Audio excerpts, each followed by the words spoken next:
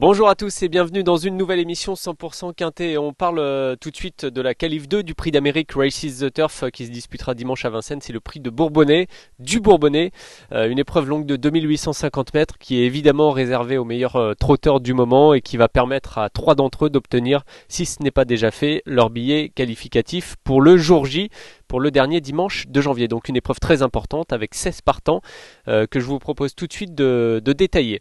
Allez, on commence la liste avec tout en haut un seul emoji rouge dans la course, le représentant de Thierry Duval d'Estaing, Oracle Teal, qui est un cheval que l'on connaît très peu en France et que l'on va avoir plaisir à voir courir ce dimanche, mais dont la chance paraît très secondaire pour l'instant. Hip Hop au fort, gagnant du prix de Bretagne, qualif 1 du prix d'Amérique. Races the Turf est en piste après une petite échappée sur le centre d'entraînement de Grosbois. Christian Bijon le défaire des quatre pieds. Galatégie est bien connu, c'est un cheval qui ici fait évidemment face à une forte opposition. Mais il va certainement faire très plaisir à Thomas Chalon qui va participer à sa première épreuve qualificative au Prix d'Amérique pour l'entraînement de Christophe, son papa. Bids, un concurrent américain qui est dans les box de Jean-Michel Bazir depuis quelques temps. À voir. Bon, c'est pas une première chance sur le papier, mais on serait curieux quand même de le voir courir ce dimanche. Hussard du Landré va courir avec un esprit revanchard, bien évidemment, puisqu'il était qualifié avant sa rétrogradation dans le Prix de Bretagne. Hirondelle Cibé semble revenir à un bon niveau, attention à elle, on va en reparler. Décoloration, seconde représentante de Jean-Michel Baudouin, à noter que les deux Baudouin entre guillemets courront avec un emoji vert. Violetto Jet, c'est l'entraînement de Fabrice Soulois et la drive de Benjamin Rochard, fautif dans le Prix de Bretagne. Colmise de Brise Ferré, mais un cheval de qualité qui revient au trot attelé. Zaren Face, déféré des quatre pieds avec Jean-Michel Bazir à la drive. Guderipré et Ferré avec Franck Nivard. Hookerberry a été l'un des malheureux du Prix de Bretagne, mais sa fin de course était très tranchante. Attention à lui. Flamme du Goutier a très bien couru dans le Prix de Bretagne également.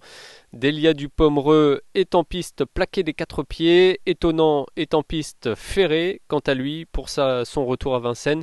Et on termine avec Vivid Waisas, qui est l'un des meilleurs trotteurs du moment, européen du moment, et qui sera donc en piste ici, déféré des quatre pieds avec Mathieu Abrivard. Je vous propose tout de suite de passer au papier dans notre deuxième rubrique d'émission.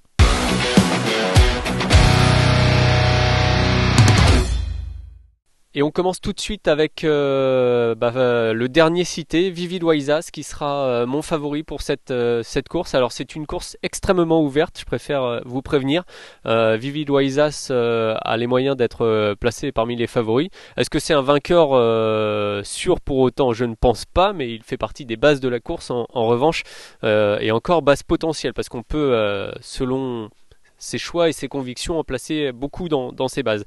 Donc moi je vais prendre Vivid Waisas parce qu'il revient à Vincennes, parce qu'il est évidemment très endurci, il est déféré des quatre pieds et va se présenter en forme. Pourquoi? Parce qu'il est aussi entraîné par Alessandro Gocciadoro, à qui tout réussit quasiment depuis le début du meeting d'hiver. Peu de partants, mais déjà quelques gagnants. Et donc un cheval ici qui se présente au départ d'une course qui est déjà une course visée pour lui. Vivid Waisas en 2022, c'est 13 courses, 6 victoires et 7 places, 100% de réussite parmi les 5 premiers. Pour un crack comme lui, ce n'est pas très étonnant. C'est aussi une belle victoire dans le prix René Balière. On le revoit cet été sur l'hippodrome d'Anguin le 26 juin au début d'été. Le cheval a allé devancer de très peu étonnants qui étaient déférés aussi ce jour-là. Et ces deux-là qui ont souvent eu l'habitude de combattre, aller une nouvelle fois se livrer une belle bataille ce jour-là, qui allait tourner à l'avantage du trotteur italien. Donc un super cheval qui est aussi confirmé sur les longs parcours. On l'a vu gagner beaucoup cette année sur les parcours de vitesse et notamment dernièrement en Italie, mais ce n'est pas un motif d'inquiétude. Vivid Waisas fait partie des premières chances théoriques, et Mathieu Abrivard, qui s'est exprimé dans les colonnes de Paris Turf ce vendredi même, s'annonce très confiant et dit qu'il a confiance en son cheval sur cette longue distance. Donc je vous conseille d'aller voir les propos du driver et puis surtout de suivre Vivid Waisas ce dimanche. On passe ensuite au numéro 15, Étonnant. Alors Étonnant, c'est un peu le chouchou des turfistes français. Depuis le temps qu'il est sur la touche, Étonnant a fait de grandes choses. Il a notamment fait de grandes choses cette année, en s'imposant à plusieurs reprises au niveau groupe 1. Il avait été notamment très brillant dans l'Elite Lop à l'issue d'une batterie et surtout d'une faute dans la finale qui semblait rédhibitoire, mais finalement le cheval est revenu s'imposer. Il a gagné à Caen notamment, il a gagné à Vincennes le prix d'été le 10 septembre, que l'on va revoir tout de suite en image où il était déféré des quatre pieds, et ça c'était une victoire acquise de bout en bout qui était vraiment très facile, avec beaucoup d'autorité. Le cheval montrait ce jour-là qu'il était l'un des tout meilleurs trotteurs français.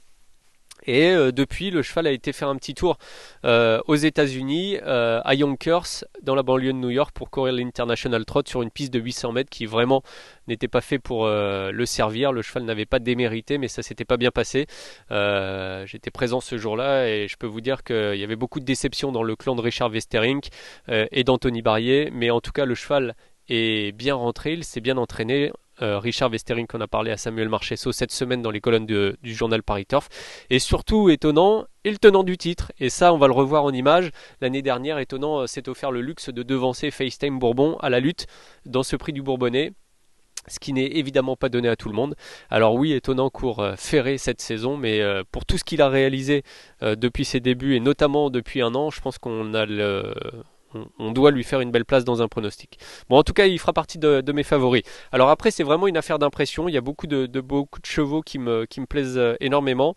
J'ai vraiment un faible pour la génération des 5 ans. Alors on a vu bien sûr Hip Hop au Fort dans le Prix de Bretagne s'imposer. Alors comme il s'est échappé depuis, le programme a changé. Il revient au départ de cette course. C'était pas vraiment prévu. On sait qu'il a les moyens de bien faire, mais j'ai préféré opter pour plusieurs autres concurrents qui sont à la recherche, eux, de leur qualification. Et ça va être une course très importante pour 3 concurrents notamment. Je vais prendre dans l'ordre Hookerberry.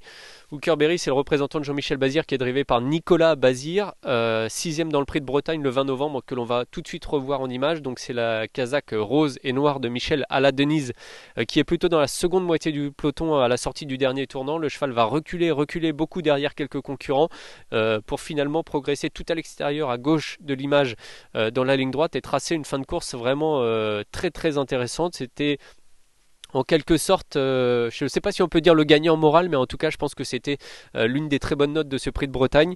Hookerberry ne sera pas toujours malheureux comme ça a été le cas en dernier lieu, et je pense qu'il a les moyens de finir dans les 5 premiers. D'ailleurs, la dernière fois, il était 6e avec des regrets. Hussard du Landré, cas très intéressant aussi, celui d'Hussard du Landré, le fer de lance de Benoît Robin. Il a tout montré la dernière fois dans le prix de Bretagne, rétrogradé à la 5e place après avoir passé le poteau en 2e position. C'est évidemment dommage parce que le cheval avait réalisé une superbe course et c'est surtout dommage puisqu'il se qualifiait déjà pour le Prix d'Amérique. Le cheval a l'air d'avoir bien récupéré. Alors on le revoit quand même dans le Prix de Bretagne parce qu'il luttait jusqu'au bout de très très belle manière et il résistait. Il venait prendre l'avantage sur Ampiamédée notamment. Il devançait aussi Flamme du Goutier derrière qui il sera rétrogradé. Enfin bref, c'est eu beaucoup de changements à l'arrivée ce jour-là. Pas de discussion pour la victoire, mais en tout cas la 2e place lui était bien revenue et c'est encore un parcours favorable qu'on attend pour Hussard du Landré, un cheval dur qui a fait ses preuves au plus haut niveau et qui est d'ailleurs gagnant de groupe 1. Christophe Meyer a été le voir cette semaine travailler sur sur les pistes du centre d'entraînement de Grosbois, sur l'allée royale, plus précisément dans la forêt. Et on le voit, le cheval a dégagé beaucoup de puissance et beaucoup de facilité. Benoît Robin était à son sulky bien sûr, donc c'est plutôt favorable, un travail qui en dit long sur la condition physique actuelle de ce super cheval que l'on va retenir bien sûr et qui pourrait tout à fait gagner une course de ce style-là.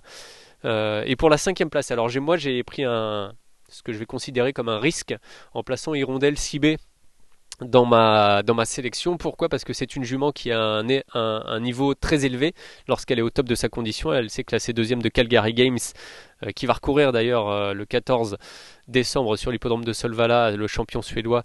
Donc ça c'était dans le Grand Prix de l'UET en 2021. Elle a connu une longue interruption de carrière qui a été assez difficile à effacer. Et dernièrement sur l'hippodrome de Nantes, Hirondelle Cibé, alors juste une stat avant de revoir Nantes, en 2022 c'est 6 courses, une seule victoire, 17% de réussite, c'est pas exceptionnel, mais par contre voyons sa victoire dans le Prix de Cordemais, qui était vraiment une belle victoire. La jument s'imposait très facilement, c'était le 21 novembre, avec Gabriele Gelormini qui avait suivi Houston Diza très facilement dans le dernier tournant avant de lui prendre l'avantage. Les œillères ne sont pas baissées, la jument gagne avec beaucoup de morale, très facilement, on sent que le driver en a dans les mains au passage du poteau, donc ça c'est une belle victoire. Je me demande si Hirondelle Cibé, si elle revient vraiment à son top niveau, n'est pas capable de terminer dans les 5 premiers de cette course.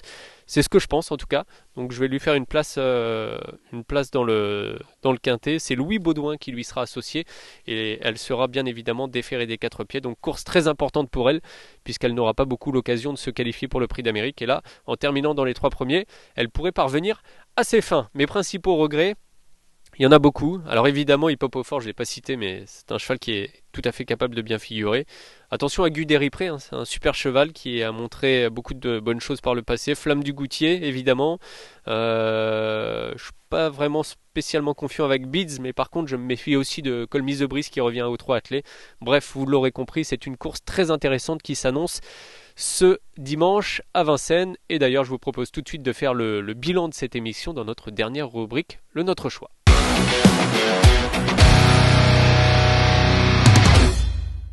Allez, on conclut ensemble cette émission avec un prono chiffré de 5 chevaux, le 16 Vivid Waisas, le 15 Étonnant, ça c'est les 2 chouchous qui ont l'habitude de courir l'un contre l'autre, et puis ensuite les 5 ans. Alors les 5 ans dans l'ordre de préférence, Hookerberry le 12, le 5 Hussard du Landry et le 6 Hirondelle Cibé. Et bien sûr, s'il y a un principal regret, ce sera Hip Hop au Fort, le numéro 2, mais c'est déjà une bonne chose de le revoir en piste une semaine après son échappée. Alors sachez aussi que pour la réunion de dimanche à Vincennes, on vous proposera une émission 100% Paris Turf qui sera animée par François Moreau et dans laquelle interviendront plusieurs spécialistes du trot du côté de Paris Turf pour faire le papier de toutes les courses. Bruno Jolivet, Cédric Bloquet, Arnaud Lecomte seront sur les rangs pour vous proposer 2 coups de cœur parmi pour toutes les courses, et puis 2 favoris plutôt pour chaque course et un coup de cœur pour la réunion. Moi, mon coup de cœur, si on peut dire ça, c'est un coup de poker plutôt pour la réunion de dimanche, c'est le 302 Ibanan Monti. Alors c'est dans une course qui n'a rien à voir en termes de niveau avec le Prix du Bourbonnais, c'est une course de série réservée à des pouliches de 4 ans. Ibanan Monti, elle a environ 30 000 euros de gains, elle a très souvent galopé depuis le début de sa carrière et elle a aussi parfois réalisé de bonnes courses, notamment sur ce parcours des 2100 mètres de la grande piste de Vincennes. Elle a un bon numéro, David Thomas est à son sulky. C'est une pouliche que je vous conseille de suivre, qui va souvent vous donner des sueurs froides et souvent vous décevoir, mais je vous garantis qu'elle a les moyens de gagner une course comme celle-ci. Donc on va croiser les doigts pour qu'elle reste sage d'un bout à l'autre du parcours. Voilà, je vous souhaite de bons jeux évidemment pour dimanche et on se retrouve très vite pour une nouvelle émission 100% Quintet. Salut à tous. Merci à vous d'avoir suivi cette vidéo. Alors pour vous abonner à notre chaîne YouTube, c'est ici. Et pour suivre encore plus de vidéos Paris Turf, c'est de ce côté.